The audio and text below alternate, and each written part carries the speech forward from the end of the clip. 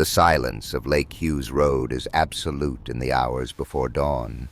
A desolate stretch of asphalt, cutting through the rugged, scrub-covered terrain north of Los Angeles, flanked by steep embankments and the dark, still waters of Castaic Lake. At 5:30 a.m. on August 30th, 2013, that silence was broken by the discovery of a beige 2003 Toyota Highlander lying on its passenger side at the bottom of a 15-foot ravine. The vehicle's rear window had been shattered outward, the airbags had deployed, and the metal was crumpled against the rocky earth. Inside, law enforcement officers found a wallet, a laptop, clothing, and a cell phone, the essential tethering devices of modern life. What they did not find was the driver.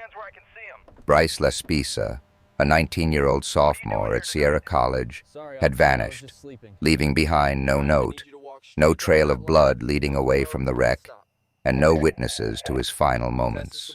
What remained was a timeline of baffling behavior, a series of cryptic phone calls, and a 30-hour road trip that should have taken 7, culminating in one of California's most haunting modern mysteries. To understand the crash, one must reconstruct the unraveling that preceded it, a slow-motion collapse of a young man who was, by all external accounts, a golden boy.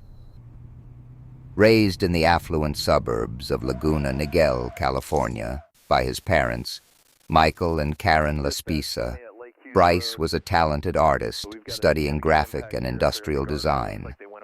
He was charismatic, with bright red hair and an easy smile, the kind of young man whose future seemed clearly mapped out.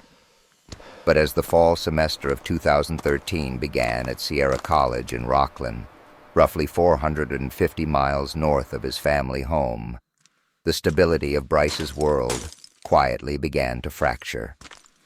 According to reports later filed with the Los Angeles County Sheriff's Department and interviews conducted by Investigation Discovery, Bryce had begun taking Vyvanse, a stimulant medication prescribed for ADHD.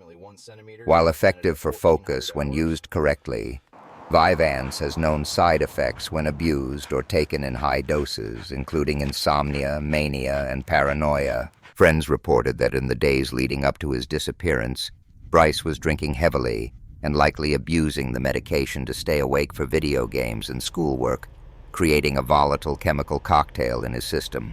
The behavior escalated dramatically on August 27th, when Bryce broke up with his girlfriend, Kim Sly. The breakup was abrupt and confusing. Kim later told investigators that Bryce was acting erratic and appeared to be under the influence of something, complaining that he could not sleep and felt restless. On August 28th, the situation grew darker.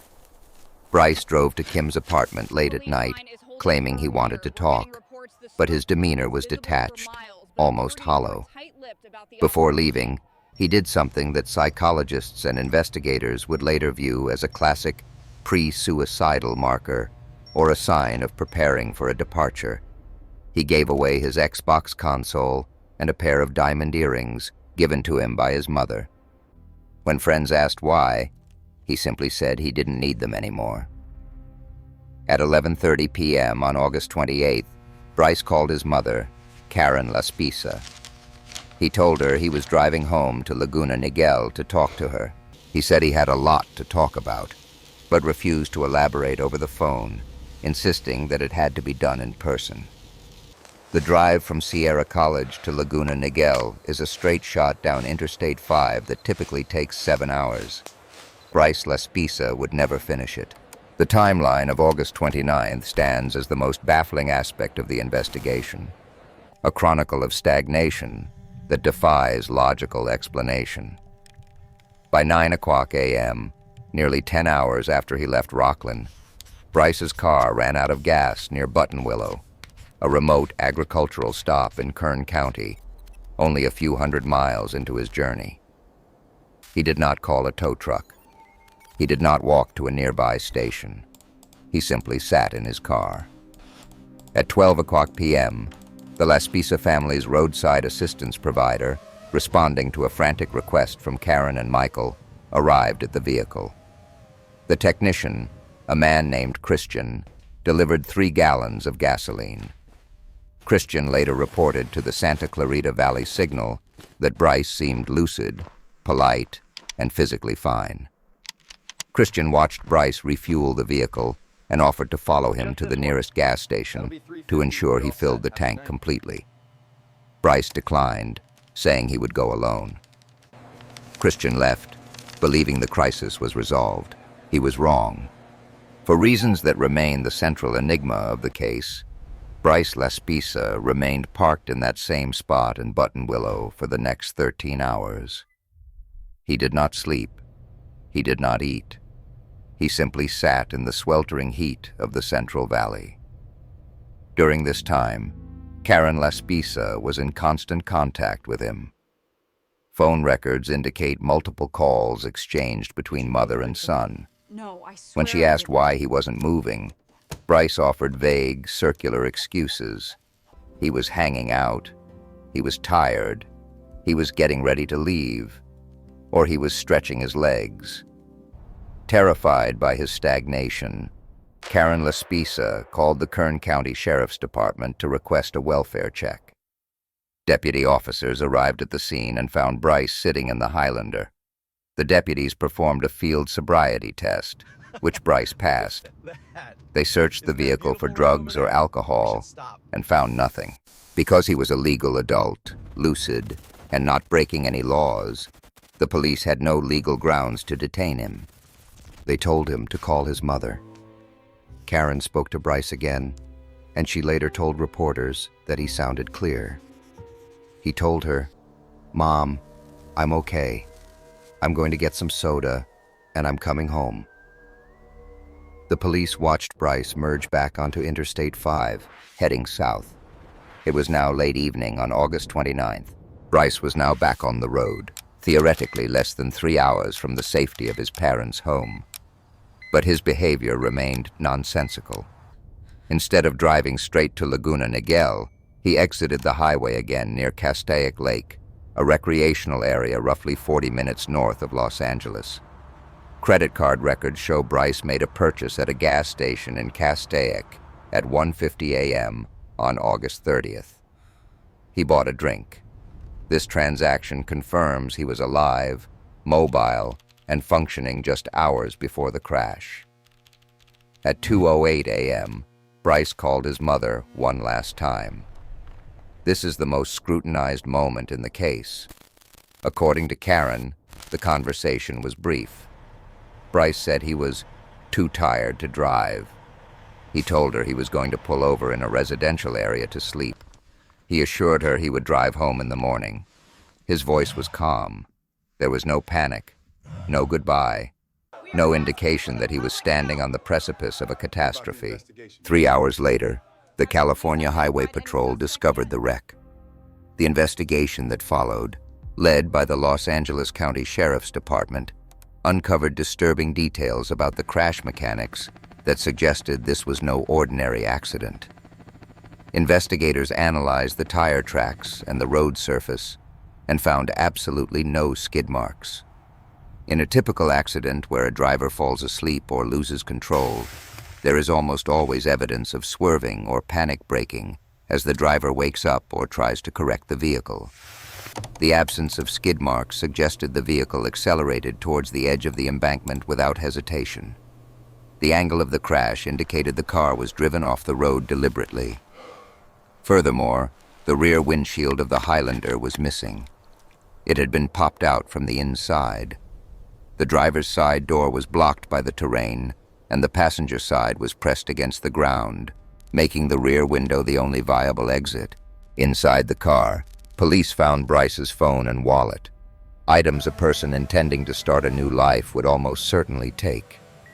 Crucially, there was a small amount of blood on the headrest and the passenger seat, likely from a nosebleed or a minor cut sustained during the tumble, but it was not a life-threatening amount.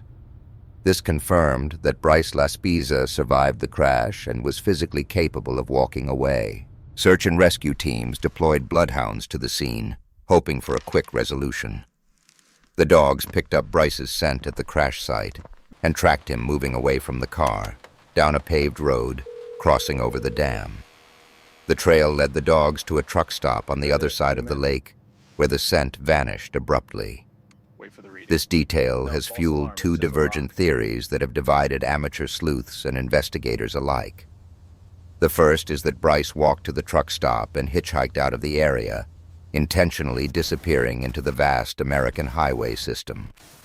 The second is that the scent trail was a false positive, or ended because he entered a vehicle against his will, though no evidence of foul play or struggle was ever found.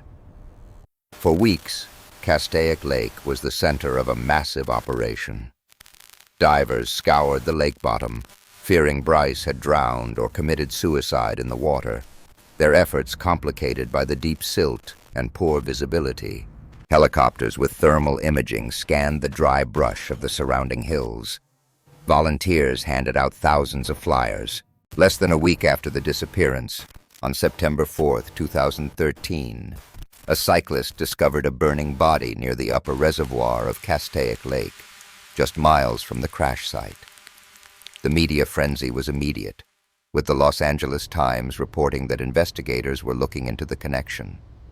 However, forensics quickly ruled this out. The body was identified as Lamondra Miles, a victim of an unrelated gang-related homicide in South Los Angeles. The timing was a horrific coincidence, but it was not Bryce. Years passed with no leads, leaving the Laspisa family in a state of suspended animation. Then, in 2022, a photo surfaced on social media of a homeless man in Missoula, Montana, who bore a striking resemblance to Bryce Laspisa. The man had red hair and similar facial structure. The Facebook group dedicated to finding Bryce exploded with activity, and the Santa Clarita Valley Signal reported that law enforcement in Montana was contacted. They located the man and took fingerprints. It was a mismatch. The man was not Bryce. Based on the synthesis of reports from major outlets, the disappearance of Bryce Laspisa leaves three distinct possibilities, each terrifying in its own way. The abuse of Vyvanse, the insomnia, and the 13-hour catatonic state in Buttonwillow strongly suggest a mental health crisis. It is possible Bryce suffered a psychotic break, surviving the crash only to wander into the wilderness in a state of amnesia or delirium, eventually succumbing to the elements in a location so remote that his remains have not been found. Alternatively, the no skid marks evidence points to suicidal intent during the crash. It is possible that after surviving the initial impact, Bryce walked deeper into the restricted, rugged terrain of the Angeles National Forest to end his life where he would not be found. Or perhaps he simply walked away. He left his wallet and phone, the two things that track a person in the modern world. He gave away his prized possessions days before. He sat in Buttonwillow for 13 hours, perhaps debating whether to go home or run. If he hitchhiked from that truck stop, he could be anywhere, a ghost living a new life under a new name. 12 years later, the silence of Lake Hughes Road remains unbroken. Bryce Laspisa is still listed as a missing person. His parents maintain a vigil, holding on to the hope that their son is alive. The case remains a chilling reminder of how quickly a life can derail. One moment, a student is driving home for the weekend, speaking to his mother with a calm, steady voice. The next, he is gone, leaving behind nothing but an overturned car, a shattered window, and a void that no amount of investigation has been able to fill.